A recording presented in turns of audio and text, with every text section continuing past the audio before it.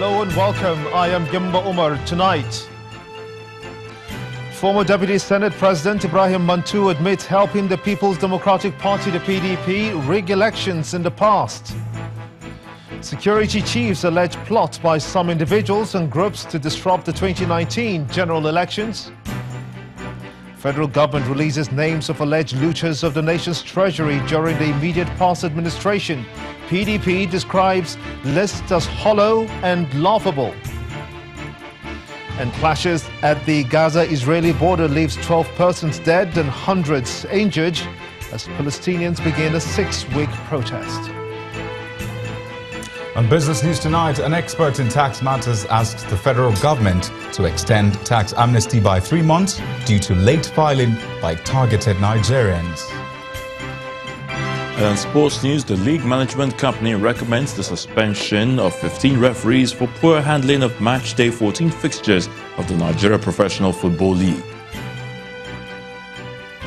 And from the nation's capital, Abuja, clerics emphasize the need to imbibe Christ's virtues of love and sacrifice as Christians mark Good Friday.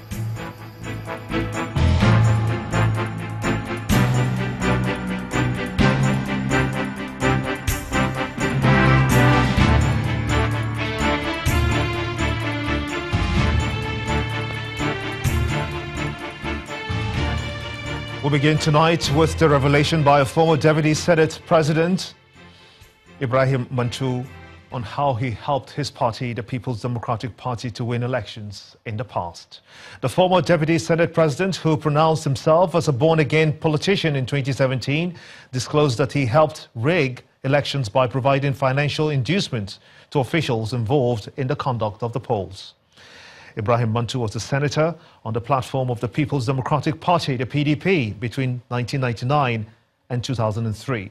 He was speaking on our program, Hard Copy, earlier today. Senator Mantu, can I just quickly clarify? Did I hear you say that you helped rig elections before now? Let me tell you one thing. Yes, I did. Because I'm now confessing the truth. Look, what do I mean? I don't have to go and change election. But you know, when you provide money, you give money to INEC boys to help you if they see any chance that they should favor you. You provide money to the security. All our elections in the past, I've been in this game for about 40 years. And I tell you, each time, it's not necessarily when I'm contesting election, but when my party sponsors a candidate, I would like that candidate to win election. And what we used to do before, we make provision for INEC, we make provision for security, we make provision for even agents of other parties, you know, so that they will not, you know, raise any objection to whatever we are able to get. So whether I rig myself or not, by providing those resources, financial inducement to the officials, I am rigging election. Do you think that we can diminish or remove that influence as 2019 approaches? I believe so, because you see, if people are born again like me and they refuse to do it, if we, the players, unless we give before somebody will take, right? So don't give. And then we will not get a taker. We will not get a taker. Why you will not even ask me why am I thinking this way? Look, I am tired of being seen as a criminal in the streets of the world because we are a Nigerian. Nigeria securities chiefs say they are concerned over plans by some groups in the country to disrupt the processes leading up to the 2019 general elections, with the intention of creating a stalemate. This was made known by the Senior Special Assistant to the President on Media and Publicity, Garba Shehu, in a statement asking the media to be wary of such plots. It adds that there are groups in the country with evil designs to disrupt and undermine critical institutions such as the law enforcement agencies and the Independent National Electoral Commission, INEC. The statement further explained, saying, quote, "The security chiefs called for closer cooperation from the media to prevent terrorists and radical ideologies directed from abroad from undermining the ongoing efforts to restore security in parts of the country facing the challenges of terrorism, economic sabotage, criminality, farmers-herders clashes, and the spread of illegal weapons. End of quote. It says the security chiefs gave the assurances that the situation in the country is within the control of the government.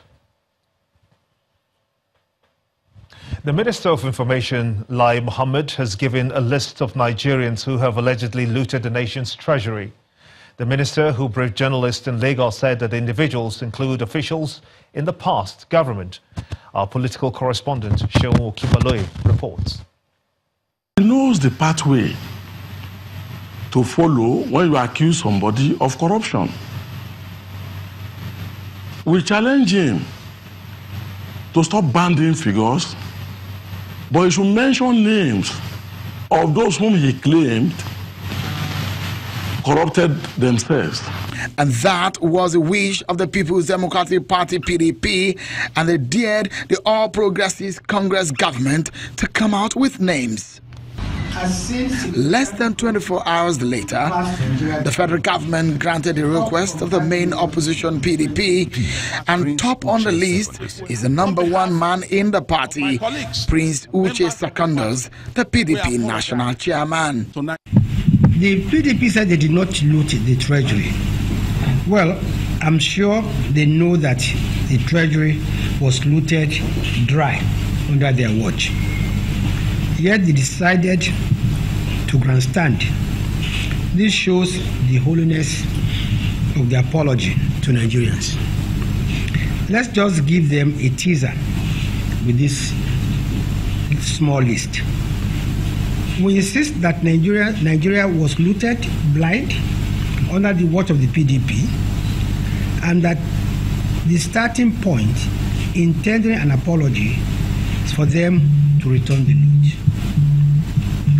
It's like a robber admitting to stealing your car and apologizing, but then insisting he will still keep the car.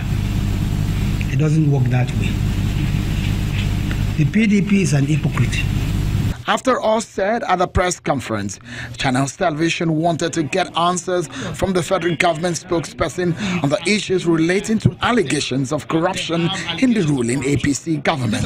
All I can tell you is that nobody in this government who is accused of corruption will not be investigated. And once investigation is done, it's completely out of the hands of government. The law will take its course. There's the issue of the SGF, the former DG of NIA. These cases are pending. It does look like nothing is being done on this case. I think what we should do is find out what exactly is being done about those cases, because if I remember very well, I know that action is being taken on them. The 2019 election cannot be diffused from all of these issues raised from the two frontline political parties. We also sought to know whether government is weary of some agitations and criticisms on the lips of some Nigerians on the street. Our records, our achievement is enough to win us re-election. I have no doubt about that, either in the area of fighting corruption, in the area of revamping the economy, or in the area of fighting insecurity. Beyond the back and forth over the issues of corruption is the role of the citizen. Definitely, as the election season approaches, voters will ask critical questions amidst several issues such as huge infrastructure deficit and questions of quality of life. Indeed, 2019 will be a crucial year. Seun Okimaloye reporting for Channels Television News. In the meantime, the People's Democratic Party, the PDP, is accusing the presidency and the All Progressives Congress, the APC, of having the spirit of bitterness and vengeance, adding that such is responsible for the economic dryness, divisiveness and hostility in the nation. PDP National Publicity Secretary Kola Ologbondiyan in a statement says, quote, "It is incongruous and shameful that the presidency and the APC are still engaging in their hypocritical media trial of asking the PDP to refund alleged looted funds, when the world is aware that those who looted the economy are all in the APC, where they have become the poster faces of the President Muhammadu Buhari and his discredited party." End of quote. The party is also asking the presidency to direct its demand for refunds of stolen monies to President Muhammadu Buhari and the APC, as it believes that those responsible for looting are now in the APC, where they enjoy the president's protection. The controversy over the level of corruption in the country is still on the front burner and already making two leading political parties in the country go after each other's necks in a bid to see who eventually wins the sympathy of the Nigerian people. But the people who are the electorate are the ones locked in the middle of all of these, as they hold the ace to decide on which party rules in 2019 and specifically who to trust with their mandate. The high-level corruption allegedly carried out before the 2015 election is still a major subject of controversy between the ruling All Progressives Congress, APC, and the main opposition, the People's Democratic Party, the PDP. The corruption of the previous 5 years is what destroyed the Nigerian economy. We as a party and your government must show the difference between us and the party and government that impoverished our nation. We must show that difference. While the APC appears to be calling attention to the extent of damage done by the People's Democratic Party at every opportunity, the PDP on its part is already growing a thick skin to defend itself from the unending rhetoric of the ruling party. Anytime the vice president has the opportunity to face the camera, he begins to announce figures that he cannot support. Our advice to the vice president is that as a professor of law, he knows the pathway to follow when you accuse somebody of corruption. It seems the war of words is all about the 2019 election. The PDP, which held sway for 16 years, is doing everything possible to make a return to power after apologizing for all its mistakes while in office. The party is not denying its culpability in some of the allegations raised by the APC government, but then it is insisting that the APC itself is not clean, as some of its former members who may be guilty of some of the allegations are now with the APC. The APC on its part seems not ready yet to let out its strategy for the 2019 election. Neither has the incumbent president indicated his intentions to seek re-election. What is rather paying attention to is for Nigerians to first understand the situation it met on the ground, and efforts being made to change the tide. While the battle to win the minds of the electorate continues between the two political parties, so much is expected of the electorate, in whose hands lie the big card to decide who actually wins the #1 seat in the year 2019. The president has concluded his two-day working visit to the commercial city of Lagos, and he is back in Abuja, the nation's capital. But before he left Lagos today, the president made a tour of the Eko Atlantic, a new coastal city in Victoria Island, built on 10 million square meters of land reclaimed from the Atlantic Ocean. The president drove around the city in a convoy accompanied by the governor of Lagos State, Akinwumi Ambode, the national leader of the All Progressives Congress and former governor of the state, Bola Tinubu, as well as other government functionaries from Lagos and Abuja. The city is being built to be self-sufficient and sustainable and fitted with state-of-the-art urban design. The business district is expected to serve as home to the future financial hub of Africa and covers 700,000 square meters of prime real estate. The president also unveiled a plaque to commemorate his visit to the area. I'm extremely impressed with the potentiality of this project, the amount of jobs and building the economy this job is capable of doing.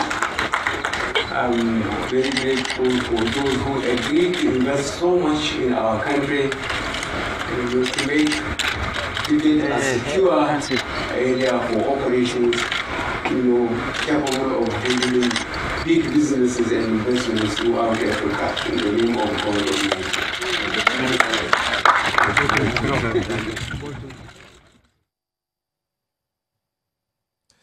In part 2, after the break, we'll be looking at more of the looting controversy, and we have a policy and governance expert, Dr. Westi Dahosa, live from our Abuja studio to discuss the issues.